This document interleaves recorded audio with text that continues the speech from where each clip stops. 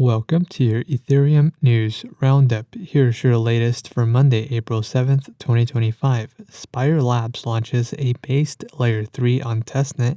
Ithaca introduces the Proto-TypeScript library, and the crypto market dips below $1.5 trillion amid reciprocal tariffs. All this and more starts right now. Spire Labs launched a based Layer 3 app chain on testnet with synchronous composability.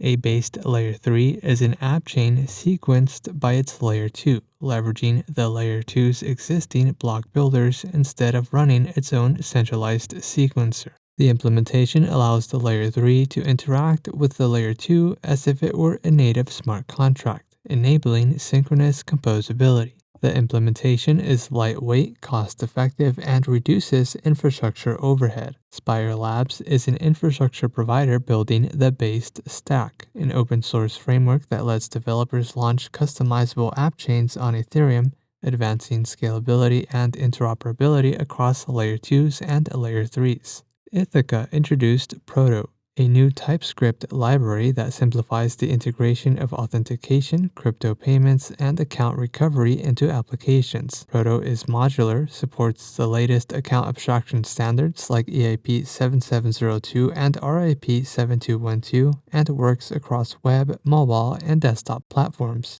The library introduces an EIP 1193 compatible provider and integrates with popular tools like WAGMI and Privy. Key features include embedded onboarding with passkeys and WebAuth, privacy-preserving identity using ZK Passport and built-in access controls, stealth addresses, ERC7683 cross-chain compatibility, and multi-path recovery. And lastly, the price of ETH fell to a low of $1,431 earlier today, a level not seen since January 2023 as market volatility surged in response to the Trump administration's ongoing reciprocal tariffs. The broader crypto market saw over $1.5 billion in liquidations, pushing the total market capitalization below $1.5 trillion.